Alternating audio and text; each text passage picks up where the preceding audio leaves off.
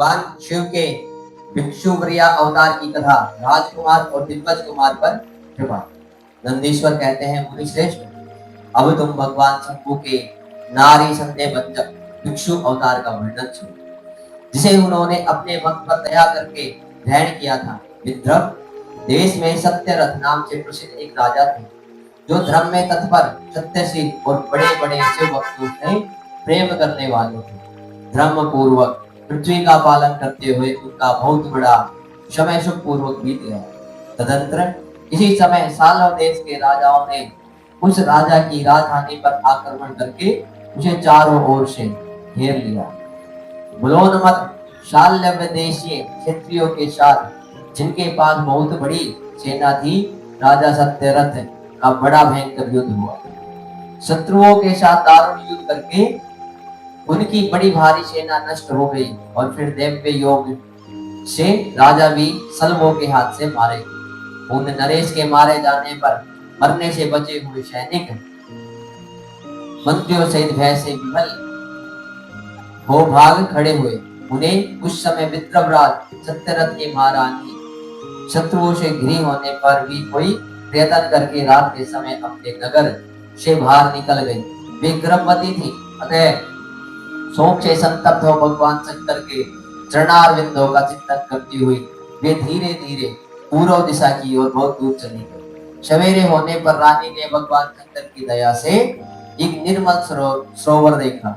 उस समय तक वे बहुत दूर का रास्ता तय कर चुके थे। सरोवर के तट पर आकर वे सुकुमारी रानी एक छायादार वृक्ष के नीचे बैठ गई। भाग्यवश उसी निर्जन स्थान में वृक्ष के नीचे ही रानी ने उत्तम गुणों से युक्त शुभ मुहूर्त में एक दिव्य बालक को जन्म दिया और जो सभी शुभ लक्षणों से संपन्न था। देववश उस बालक की जननी महारानी को बड़े जोर की प्यास लगी। तब वे पानी पीने के लिए उस सरोवर में उतरी। इतने में ही एक बड़े भारी घड़ा ने आकर रानी को अपना ग्रास बना दिया। वह बालक पैदा होते ही माता पिता से हीन हो गया और भूख प्यास से पीड़ित हो उस तालाब के किनारे जोर जोर से रोते। इतने में ही उस पर कृपा करके भगवान महेश्वर वहां आ गए और उस शिशु की रक्षा करने लगे। उन्हीं की प्रेरणा से एक ब्राह्मणी अकस्मात वहां आ गई और वह विधवा थी। घर घर भीख मांगकर जीवन निर्वाह करती थी और अपने एक वर्ष के बालक को गोद में ले उस तालाब के तट पर पहुंची थी। उसने एक अनाथ शिशु को वहां क्रंदन करते देखा। निर्जन वन में उस बालक को देखकर ब्राह्मणी को बड़ा विस्मय हुआ और वह मन ही मन विचार करने लगी, अहो, यह मुझे इस समय बड़े आश्चर्य की बात है दिखाई देती है कि यह नवजात शिशु, जिसकी नाल भी अभी तक नहीं कटी है, पृथ्वी पर पड़ा हुआ है।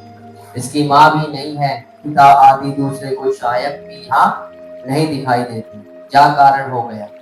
न जाने यह किसका पुत्र है। इसे जानने वाला यहाँ कोई भी नहीं है जिससे इनके जन्म के विषय में पूछूं। इसे देखकर मेरे हृदय में करुणा उत्पन्न हो गई है। मैं इस बालक का अपने औरस पुत्र के भांति पालन पोषण करना चाहती हूँ, परंतु इसके कुल और जन्म आदि का ज्ञान न होने के कारण इसे छूने का साहस नहीं होता। ब्राह्मणी जब इस प्रकार विचार कर रही थी, उस समय भक्तवत्सल भगवान शंकर ने बड़ी कृपा की और बड़ी बड़ी भगवान शंकर ने बड़ी कृपा की। बड़ी बड़ी लीलाएं करने वाले महेश्वर एक सन्यासी का रूप धारण करके सहारा वहां आ पहुंचे, जहां वह ब्राह्मणी संदेह में पड़ी हुई थी और यथार्थ बात को जानना चाहती थी। श्रेष्ठ भिक्षु का रूप धारण करके आए हुए करुणानिधान शिव ने उसे हंसकर कहा, ब्राह्मणी, अपने चित्त में संदेह और खेद को स्थान न दे। यह बालक परम पवित्र है। तुम इसे अपना ही पुत्र समझो और प्रेम पूर्वक इसका पालन करो। ब्राह्मणी बोली, प्रभु, आप मेरे भाग्य से ही यहाँ पधारे, इसमें संदेह नहीं कि मैं आपकी आज्ञा से इस बालक का अपने पुत्र की ही भांति पालन पोषण करूं। तथापि मैं विशेष रूप से यह जानना चाहती हूँ कि वास्तव में यह कौन है और किसका पुत्र है और आप कौन हैं जो इस समय यहाँ पधारे। भिक्षुवर, मेरे मन में बार बार यह बात आती है कि आप करुणासिद्ध शिव ही हैं और यह बालक पूर्व जन्म में आपका भक्त रहा है। इसी कर्म दोष से ही है इस दुर्वा अवस्था में पड़ गया है। इसे भोग कर यह पुनः आपकी कृपा से परम कल्याण का भाग्य होगा।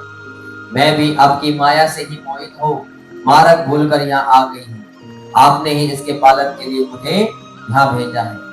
भिक्षु प्रवर शिव ने कहा, ब्राह्मणी सुनो, यह बालक शिव भक्त विद्रभराज सत्यरथ का पुत्र है।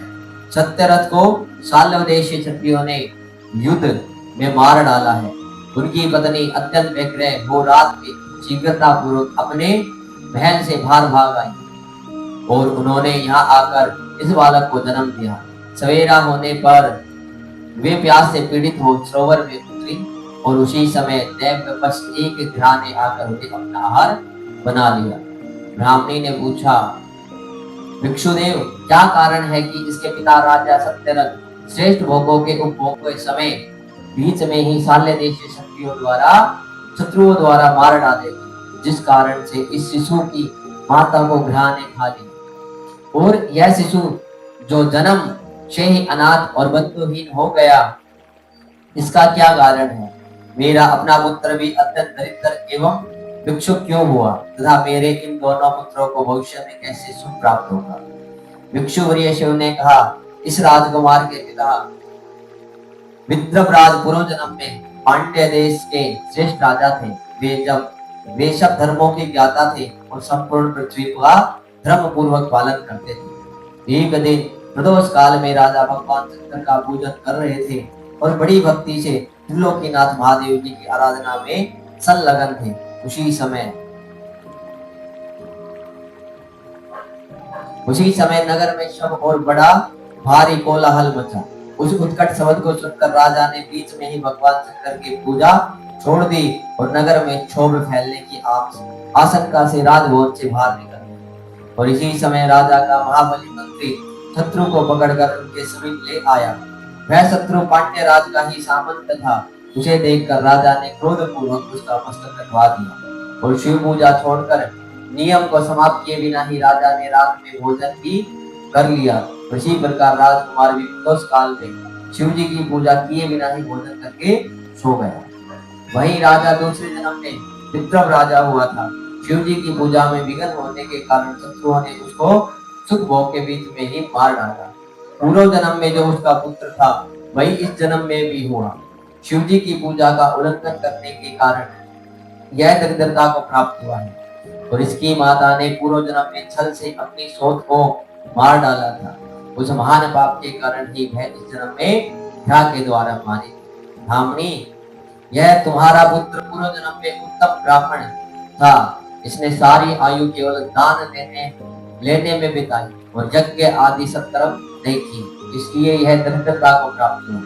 और उस दोष का निवारण करने के लिए अब तुम भगवान शंकर की शरण में जाओ। ये दोनों बालक यज्ञोपवीत संस्कार के पश्चात भगवान शिव की आराधना करें, भगवान शिव इनका कल्याण करें। इस प्रकार ब्राह्मणी को उपदेश देकर भिक्षु श्रेष्ठ सन्यासी का शरीर धारण करने वाले भक्तवत्सल शिव ने उसे अपने उत्तम स्वरूप का दर्शन कराया और उन्हें साक्षात शिव जानकर ब्राह्मण पत्नी ने प्रणाम किया और प्रेम से गदगद वाणी द्वारा उनकी स्तुति की। तत्पश्चात भगवान शिव वहीं अंतर्ध्यान हो गए और उनके चले जाने पर ब्राह्मणी उस बालक को लेकर अपने पुत्र के साथ घर को चली गई और एक चक्रा नाम के सुंदर ग्राम में उसके घर बना रखा था और वह उत्तम अन्न अपने बेटे तथा राजकुमार का भी पालन पोषण करते रहे। यथा समय ब्राह्मणों ने उन दोनों का यज्ञोपवीत संस्कार करा दिया। वे दोनों शिव की पूजा में तत्पर रहते हुए घर पर ही पड़े हुए शांडिल्य मुनि के उपदेश से नियम परायण हो वे दोनों शुभ व्रत रखकर प्रदोष काल में शंकर जी की पूजा करते थे। और एक दिन दिग्विजय कुमार राजकुमार को श्राप दिए बिना ही नदी में स्नान करने के लिए गया। वहां उसे निधि से भरा हुआ एक सुंदर कलश मिल गया और इस प्रकार भगवान शंकर की पूजा करते हुए उन दोनों ने कुमारों का उसी घर में 1 वर्ष व्यतीत हो गए। तदंतर एक दिन राजकुमार उस ब्राह्मण कुमार के साथ वन में गया। वहां अकस्मात एक गंधर्व कन्या आ गई और उसके पिता ने वह कन्या राजकुमार को दे दी और गंधर्व कन्या से विवाह करके राजकुमार किस कंटक राज्य भोगने लगे। जिस ब्राह्मण पत्नी ने पहले अपने पुत्र की भांति उसका पालन पोषण किया था, वही उस समय राजमाता हुई और वह ब्राह्मण कुमार उसका भाई हुआ और राजा का नाम धर्मगुप्त था। और इस प्रकार देवेश्वर शिव की आराधना करके राजा धर्मगुप्त अपनी उस रानी के साथ विदर्भ देश में राजोचित सुख का उपभोग करने लगे। यह मैंने तुमसे शिव के भिक्षुवर्य अवतार का वर्णन किया है, जिन्होंने राजा धर्मगुप्त को बाल्यकाल में सुख प्रदान किया था। यह पवित्र आख्यान पापहारी परम पावन चारों पुरुषार्थों का साधक तथा संपूर्ण अभिष्ट को देने वाला है। जो प्रतिदिन एकाग्रचित होकर इसे सुनता या सुनाता है, वह इस लोक में संपूर्ण भोगों का उपभोग करके अंत में भगवान शिव के धाम को जाता है।